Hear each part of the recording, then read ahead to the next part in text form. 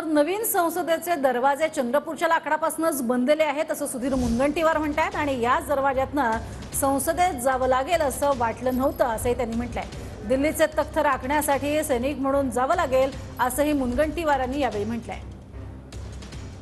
राष्ट्रनायक युगपुरुष प्रधान सेवक प्रधानमंत्री नरेंद्र भाई मोदीजींनी आमचे आदरणीय अध्यक्ष जे.पी. नड्डाजींनी मगा चंद्रपूर लोकसभेची तिकीट आज घोषित केली।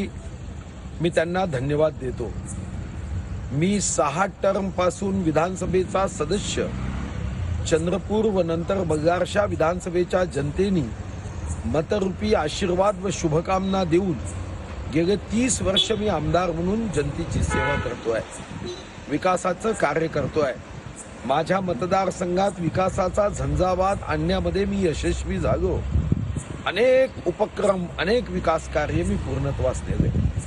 माननीय मोदीजींनी याच कामाच्या आधारावर आता देशसेवेत माननीय मोदीजींच्या या जगातील देशाला कप्तान बनवण्याच्या कार्यामध्ये मीही आपला खारीचा वाटा उचलावा म्हणून ही तिकीट दिली आहे।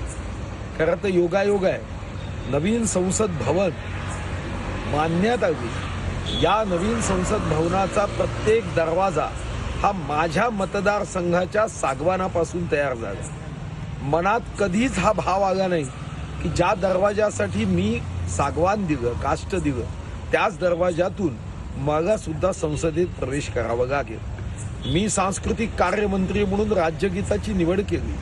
राज्यगीताचे शेवटचे शब्द आहे, दिल्लीचे ही तख्त राखतो महाराष्ट्र माझा।